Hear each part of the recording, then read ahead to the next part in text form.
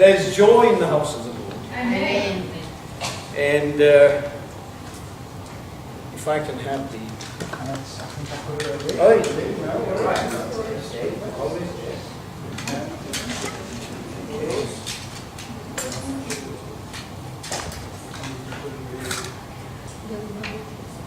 Right. It's an awesome team, isn't it?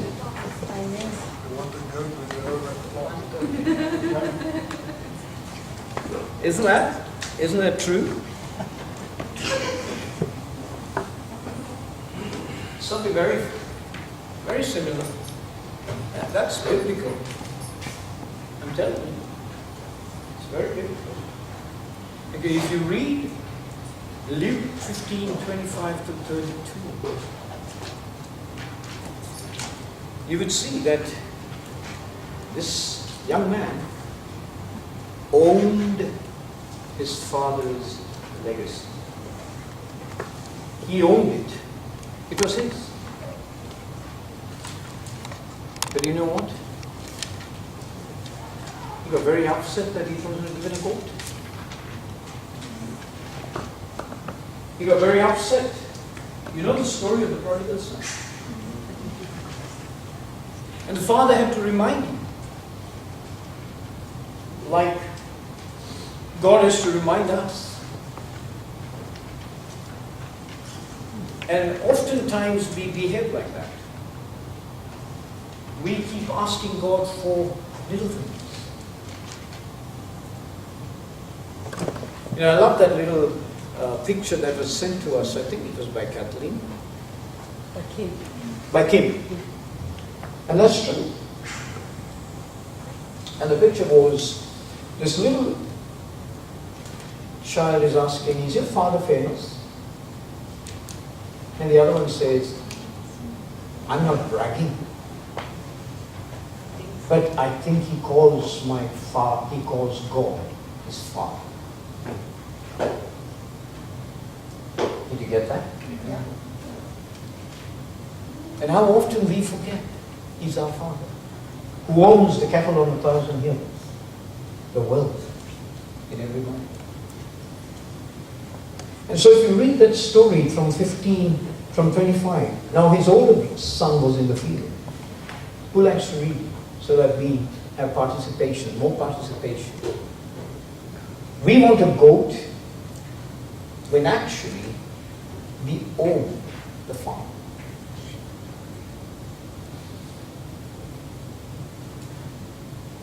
And it is ours for the taking. We don't have to ask. But we've been taught that we have to ask our Father. We've been taught that. Because of a dispensation that we've come out of. A dispensation that was before the cross. Where Jesus said, ask, and it shall be given. Seek, you shall knock. You shall find. Knock, and it shall be opened. But we forget the tense in which it is written. Ask and keep on asking. Seek and keep on seeking. Knock and keep on knocking. In other words, it's calling for a persistent life of trust in God.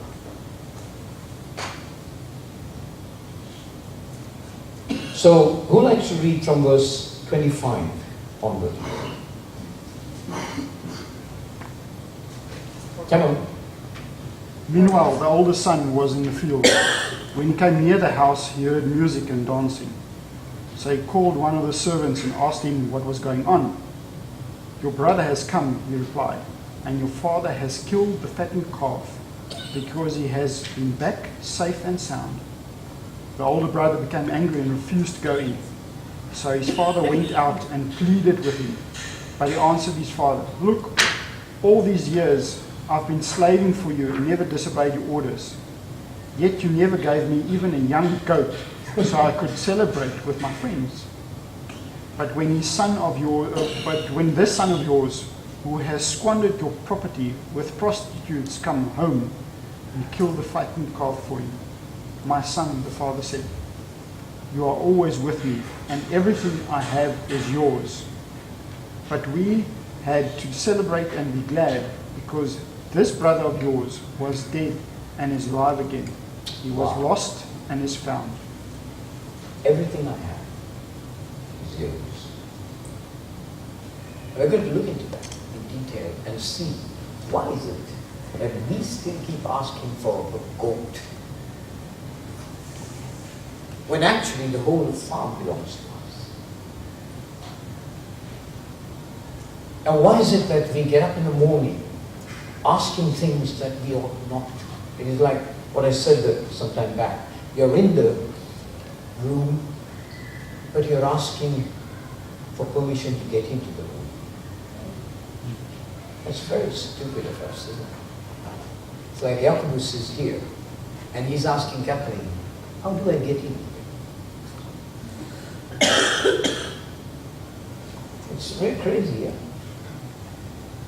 And so you get up in the morning, and you ask God for things. I ask God for things. People ask God for things. But is that, you need to find out, is that what we ought to do? We do it because we've been taught to do that. And we do that because of lack of knowledge. And so Hosea chapter 4 verse 6 says this, my people perish because of lack of knowledge. What knowledge? Quantum physics, philosophy, religion, the Word of God, the grace of God. And so Paul would tell his young son, Timothy, his spiritual son, in 2 Timothy chapter 1, grow in grace. Grow in the knowledge of the unmerited enabling favor of God. In Psalm 68 verse 19, if you like you can look at it, or you can trust me to quote it. It says, blessed be the God. Blessed be the God who does what? Who daily, not weekly, not weekly. Isn't that what he says there? Psalm 68, 19. Am I right? Who daily loads us with benefits. If you're reading the New King James Version, you'll have it. If you're reading another version and it's not there, just trust me. This morning I was preaching at the Singular Church, and you know what it says in the Singular Bible? It says, blessed be God who daily takes out burdens. That's the translation. But the original script, the original Hebrew word would say, daily loads us with benefits. So do I have to get up in the morning and say, God, please bless me? We're still in that childhood immaturity. God bless my mommy and daddy and brother and sister, and if I die before I wake, I pray to God my soul take.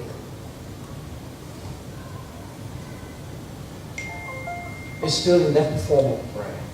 Prayer is not asking, beloved. Prayer is believing. Believing in the goodness of God. Faith is not faith in the promises of God. We begin faith by believing God is, and that He is a good God and a rewarder. He's not an angry God. He's not a God who's withheld. I'm going to show you a few passages of Scripture that you'll be shocked. How the God of this world could have blinded us, and we have not read, or we have not known. Or perhaps we have known but we don't rehearse and remind. And so the psalmist says in Psalm 103, bless the Lord, O my soul, and all that is within me, bless His holy name. Why? Because He has healed us. Listen to the words. He has forgiven us all our sins. Do Do you therefore need to ask Him to forgive you again? Aren't you wasting your energy?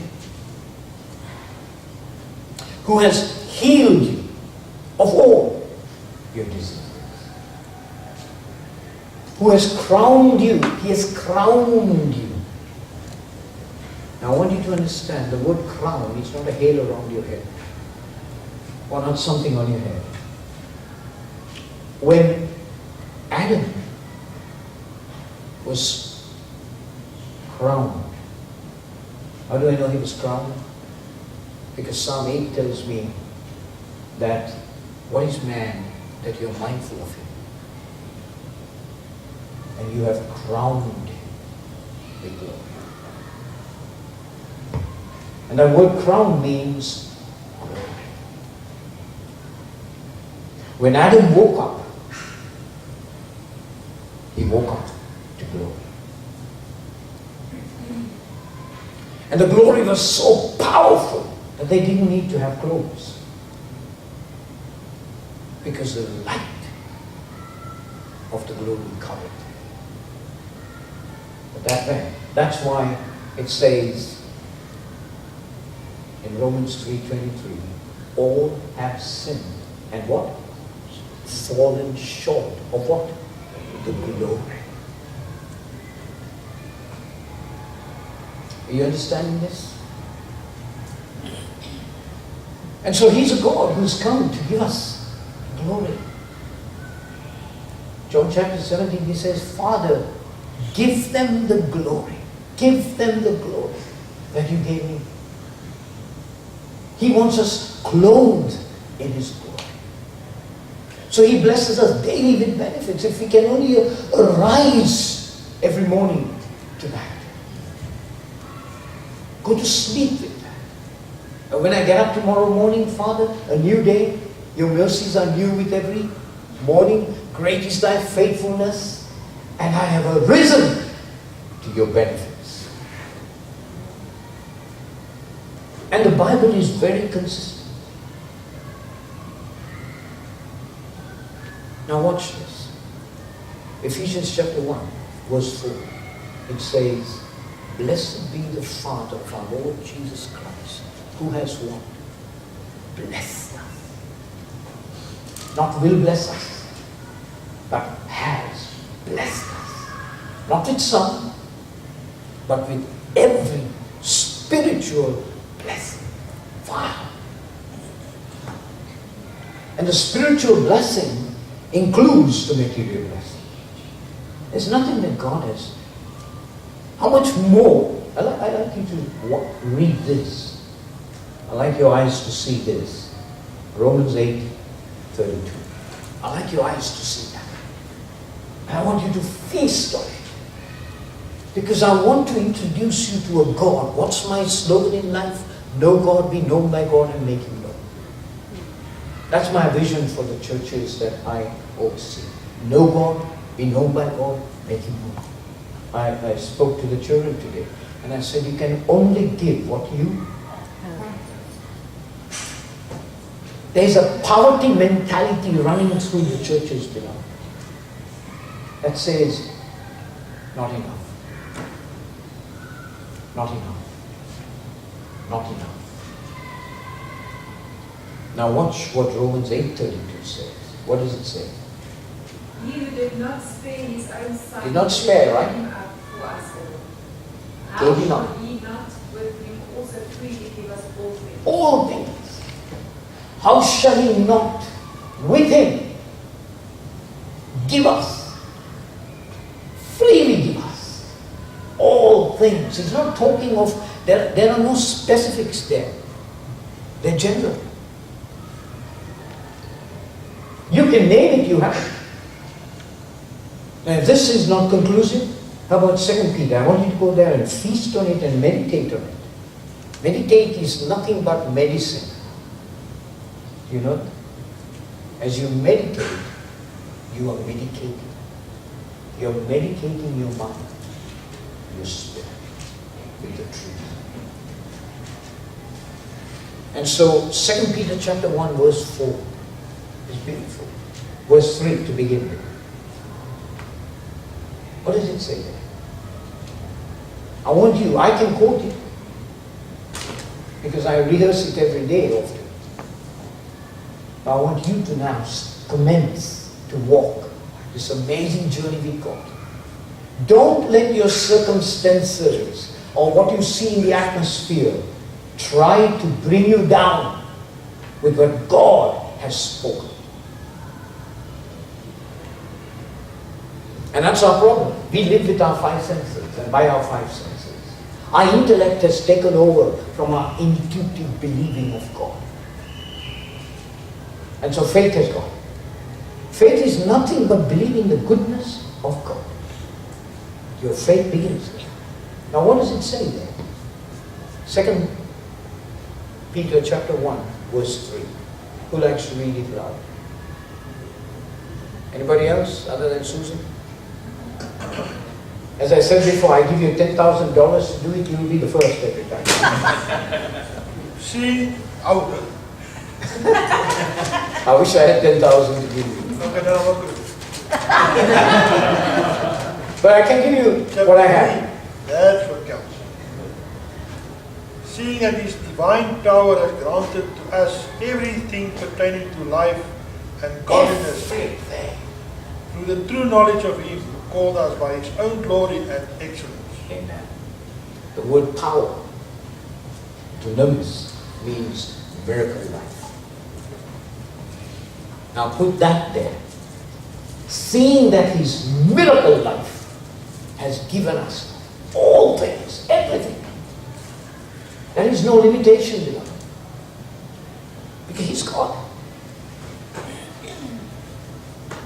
He's given us everything pertaining to life and godliness. There is no struggle to live a godly life. People are struggling today. And I'll tell you why. I'll give you the reason. I'm going to show you why we still have a poverty spirit. Now, some of you may not have a poverty spirit in particular areas, or some may have in other areas. Remember the young man? Poverty spirit. And we look at it, why and how does the poverty spirit work in us? How about this? Philippians chapter 4, 19. Verse 4. Chapter 4, verse 19. My God. This is why I want to make God known. I know Him. I'm known by Him. Now I want to make Him known. My God shall supply all your need. Ah, that's lovely, but it doesn't stop there. It doesn't stop there. He does not supply our need according to our need. Does He? He supplies according to the riches of His glory in heaven. More than we ask or imagine. This is your God. This is my God. So whatever your need is, He doesn't match your need, beloved. You know, we go for an interview sometimes, and we tell, and the boss says, okay, let me at least try to match what you're getting. That's not our God. He says, you got a need? I'm going to give you over and abundant. Because I came that you may have life and life more abundantly. You see this God? My people perish because of a lack of knowledge. What knowledge? Knowledge of God. And Daniel says this, they that know their God shall do great exploits. Shall do awesome things. Because I can give only what I have. And if I know this God and I have this God, He is residing in me. He's got everything. He did not come with 10% of what He has. He came with everything. Hello?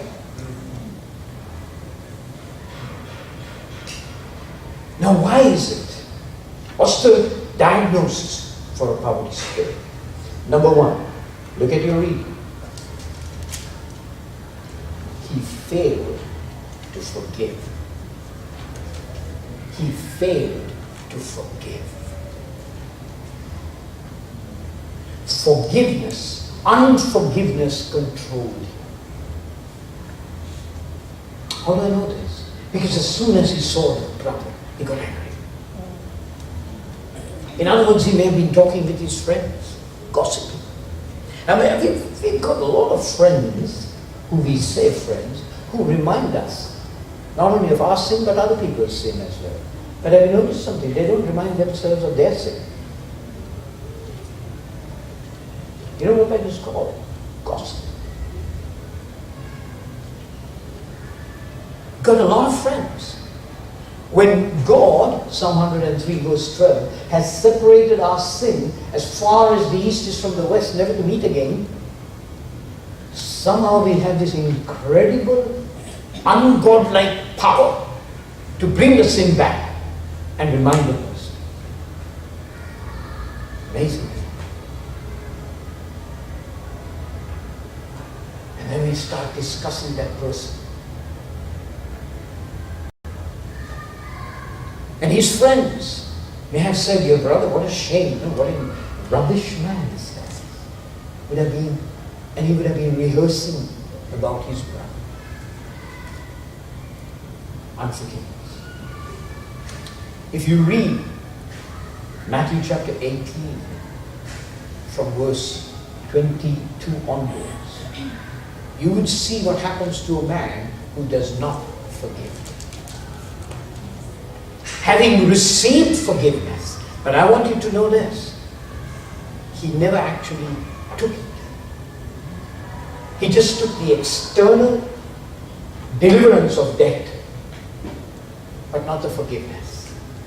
And there are times where we do that, because we live by the external and not by the spiritual. And this man was forgiven all his debts. He pleaded with his master. And the master forgave him and released him from all his debts, including his wife and children. But then he goes and he meets someone who owed him something. You know what he did? Took him by the scruff of his neck and said, "Give me back all you owe." And that man pleads with him. Says no. Puts him into prison. And somehow the news gets to the master. And you know what the master does? Puts him in prison with his daughter. How often we have put ourselves in prison and living in that prison in torment because we have not yet forgiven. And why is it that we don't forgive? Because we have no forgiveness to give. Peter said this in Acts chapter 3, "Silver and gold I have not. I don't have silver and gold, or what I have I give. I can only give you what I have." Hello? You understand that? I can only give you what I have. I may want to give you 10,000 dirhams, but that's not what I have in my purse. I can only give you what I have in my wallet. Hello? Beloved, am I speaking to some people here today who have been forgiven but can't forgive? Reason? You have not experienced forgiveness. Because if you have, you can easily forgive. I'll tell you why we don't forgive. Because we are afraid. We are insecure. That's another. So unforgiveness, insecurity, breeds the poverty spirit. Now watch how the poverty spirit works. I won't forgive because if I forgive, I need to release that person from what that person did. Hello? What is the guarantee that he will not do it again? I want to ask you something. that the way Christ has forgiven us?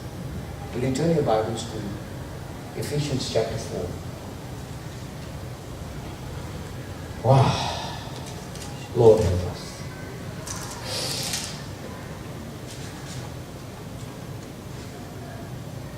Verse 32. Verse 32.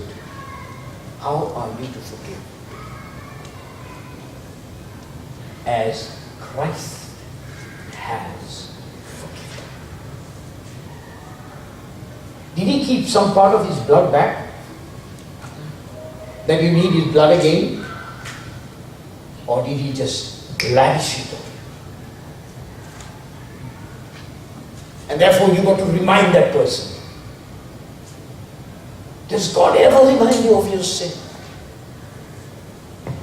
Some people quote the Bible from John chapter 16 and says that the Holy Spirit has been given to us to convict us of our sin. No, read it properly. It says given to convict the world of sin, not you, not me. There's no need for any more conviction. It happened. And now I'm crucified with Christ. Nevertheless I live, yet not I, but Christ in me. And the life that I now in the flesh, I live by His faith. Below. There's no more need for the cleansing of the blood. I am forgiven. It's forgotten. God forever. Hello? That's my God. I want to introduce it. And then therefore I have forgiveness. Therefore I forgive. How? Freely. Freely I receive. Freely I give. And I give what I have. What do I have? The omnipotence of God's forgiveness. Take it. When do I give it? As soon as it's asked. I don't have to think, that guy. That's because of insecurity. That's because of insecurity. We're so insecure. And we have faith in the future of that man doing it again than the future faith in God. Hello? We have faith in the possibility of him doing it again than faith in God to protect us. And so we confess it.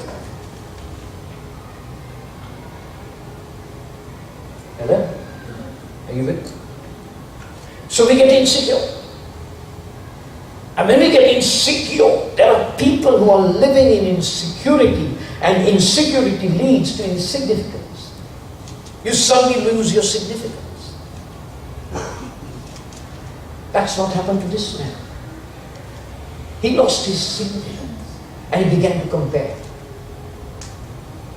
Hello? He began to compare.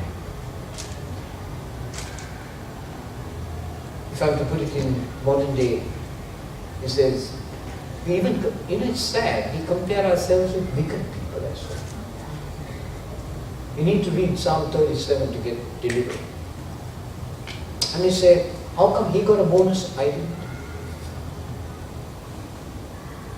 I worked so hard, just like this man.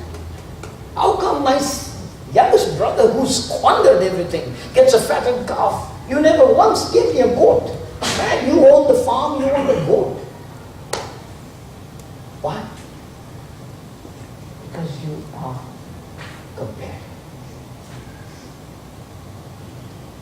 When we compare ourselves, you know who we need to compare ourselves with? Christ, not others. And all the riches of His grace that comes through Him. Why do I need to compare myself with the wicked? The wicked will perish. Blessed are the meek, for they shall what? Inherit the earth. Meekness is strength under control. As a fruit of the Spirit called self-control. So when I don't compare myself, my salary, my house, I walk into a house and I see the beauty of it. Recently we did that. Last night we did that. We walked into a friend's house and we saw the beauty of it. You know what happened in our house? We thank God for this man having a house of this nature. You know, if my God wanted me to have a house like that, He could have given it to me 10 years ago. Hello? Are we content with what we have? Do we bless the Lord for what we have? A job? I was a purchasing manager. Are you ready to hear this? When I came here, I began as an ordinary laborer because I walked into hotel industry without knowing hotel industry. My first interview was fantastic with the front office manager. I was walking in as an assistant front office manager. I was not interviewed before I came. I was interviewed after I came. And he looked at me and he said, Neil, not Neil, he said, Mr. Obeyesekere, you know, either you leave or I. Because you and I are not going to get on with each other. You know nothing about hotel industry. You know nothing. You're a good marketing manager, but nothing about front office. So either you leave or I leave. For the benefit of the company, it's good that I stay. You go. That's my first interview. I ended up at the chief accountant's office. The one who brought me. And I went and told him this. I didn't tell him what happened. I just said, no sir, he's not ready to give me that post. He said, okay, just sit around and see what we can do. And after about an hour, I get my job. My first job in the United Arab Emirates in Sharjah. It was known as the Sharjah Continental Bank. You know what my job was? Store labor. I had left a fantastic marketing job. And I come here to be a store hand, carrying boxes. I was skinny. I was only 40 odd kilos. You can ask Sami how skinny I was. And I'm carrying boxes and boxes and boxes every day. I would travel all the way from Dubai to Sharjah. And that travel was not good. You know why? We didn't have money. So I would start from Karama, cross over, it was desert at that time, the Berjuman, which is now beautiful. I would cross all over from Zabil Road, walking to that place. Then I would take a taxi, what is known as a service taxi. Why? No money. So we pay 1 dirham for a service taxi. And then I go all the way to the Abra, even when it's cold in the morning. I would travel all the way on the Abra, shivering. Why? No money. 25 fils. Can I afford? Then I'll take another service sharing taxi. Go all the way to Sharjah Rola and walk again to my office. Finish up at 5 o'clock. Do the same drive. 5 years.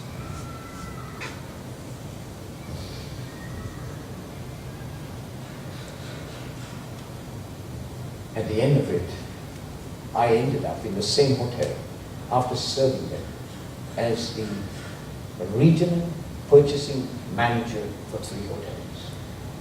Chicago Beach, now Jumeirah Beach, Sharjah Continental, which is now Renaissance, and another hotel in called Carlton. All 3 I was purchasing manager. Big desk, tie, looking good. But my driver earned more than me. Hello? My driver earned more than me. The 3 hotels were in my hand to supply them the best. My driver who takes the things earned more than me.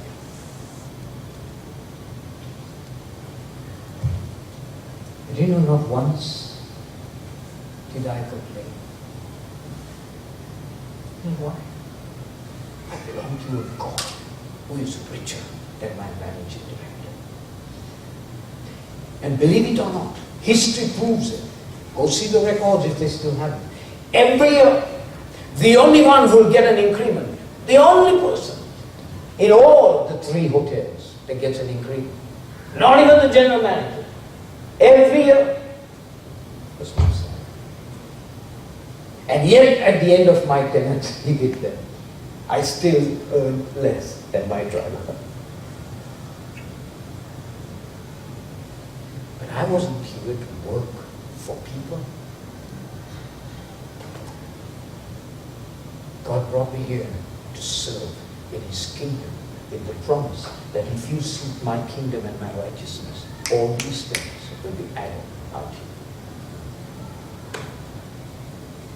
He didn't say, I'll give you, but I'll add unto you. Because my God shall supply all my needs according to His riches in glory. If I tell you some of the miraculous stories that have happened to us with the ATM, you'll be surprised. I won't blow you out. I'll just bring it quietly. And insecurity leads to insufficiency. Insufficiency leads to a lack of identity. Go back there and see. He lost his identity.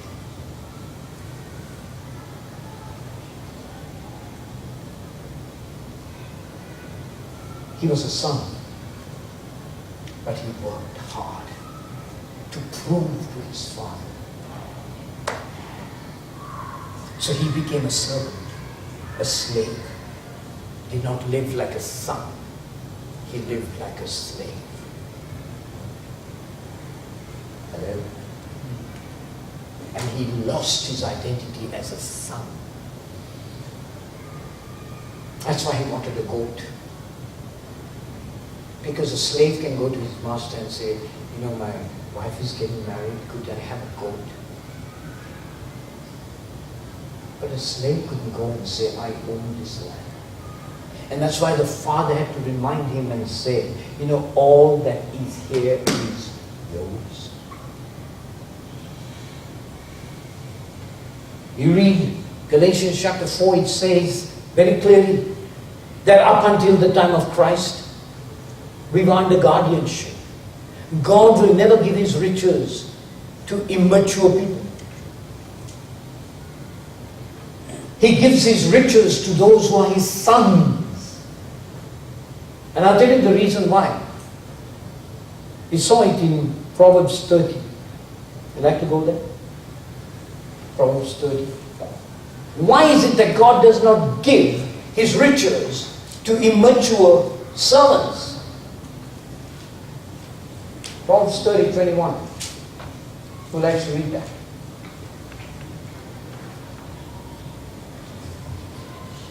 Are you being fed this today? Please let me know if you're not. Proverbs 30:21. What does it say there?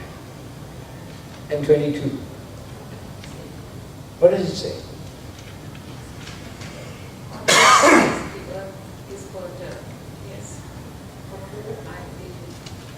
Cannot bear. Three things. But the fourth it cannot bear. What is the fourth? What is the fourth that it cannot bear? The earth cannot bear. Come on. You won't get it looking at me.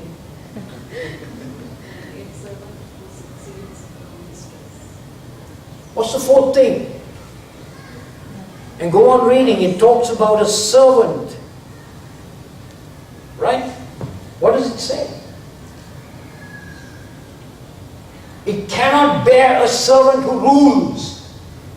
Does it say that or not? Yes. Does it say that or not? It does, yeah?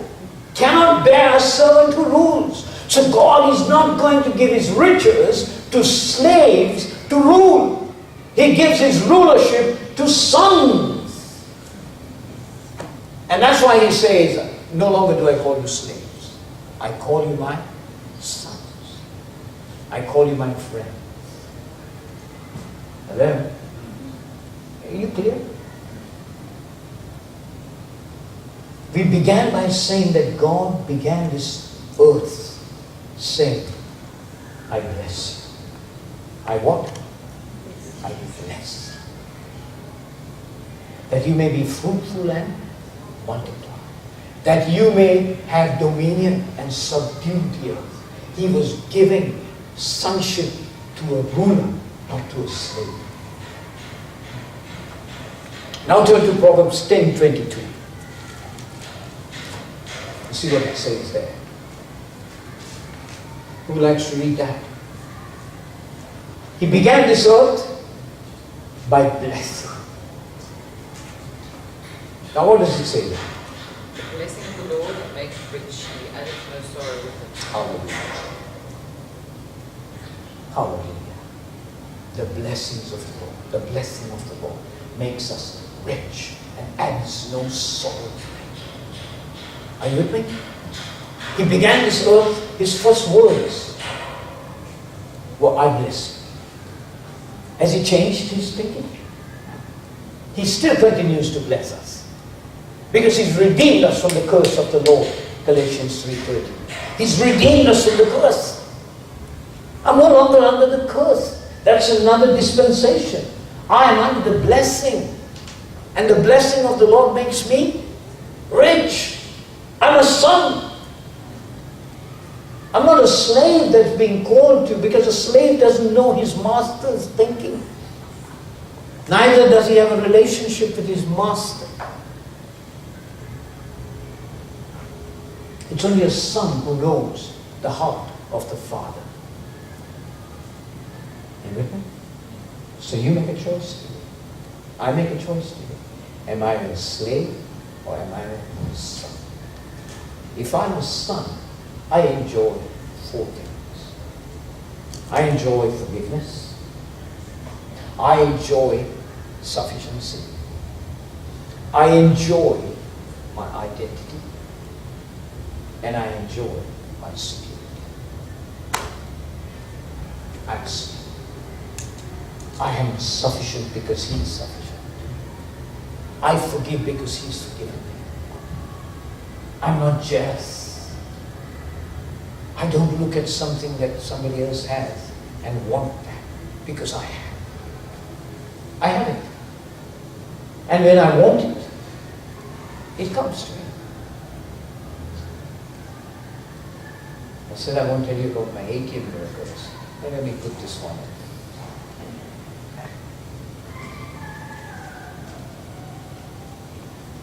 Notice it?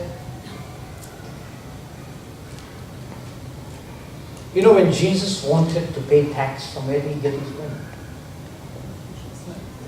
From the fishers? Did he get up in the morning that day and say, I got to pay my tax?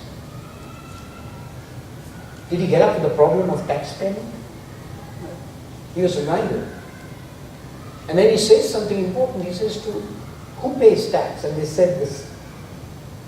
But the citizens don't have to pay tax. He says, so are we. However, let's not offend these guys. Render to Caesar what is Caesar. Can you see that fish? Open its mouth and take one for you, one for me. Why? Because he's a God of more than enough. He just doesn't meet our need, I told you, out of the riches of heaven. So Peter, you are sick. And can you believe that that fish had 2 coins? Not one. And that's the fish he picked. Amazing, yeah, the way he lived. Because he believed in the goodness of God. So in the same manner, I have said to God, you know God, I love to have a fish's mouth to take things from, and ATM to me is a fish's mouth. And one day I needed money, but I knew as much as I'm looking at heaven. And I know this, that there was that amount of money. There were insufficient, what's the word? Insufficient funds. So I go to the ATM because I believe that my God will supply all my needs according to His. I put my card in. I punch the amount I want. And just to play around, I punch a little more than what I want. And lo and behold, the money comes. And this has happened to me innumerable times. I don't know whether God suddenly did a transaction when somebody's money was being transferred and suddenly said, oh, let me transfer this to him. Electronic transfer. I don't know. But it was there for me. We have traveled in a car without petrol. Amen. I'm talking of a God I know, who supplies all my needs according to His. And I want you to know Him. That's why I'm making Him known to you. You have a farm. Go take a goat and eat it. Don't go ask for a goat. Stop the asking, the begging. Just walk to God and see what happens. Father Abraham had many. I am one of them, and so are you. So let's just praise the Lord.